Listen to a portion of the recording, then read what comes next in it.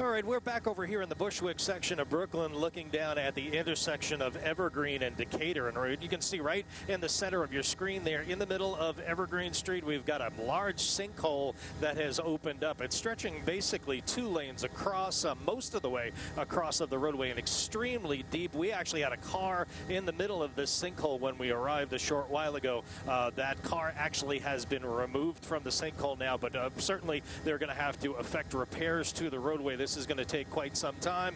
No word as to whether or not we had any injuries involved in this incident. Right now it looks like it's just property damage, so they're going to have to backfill this hole certainly and do the repaving. It looks as though Evergreen's going to be shut down at Decatur for quite some time. In the Bushwick section of Brooklyn, I'm Tom Zwire in for Tom.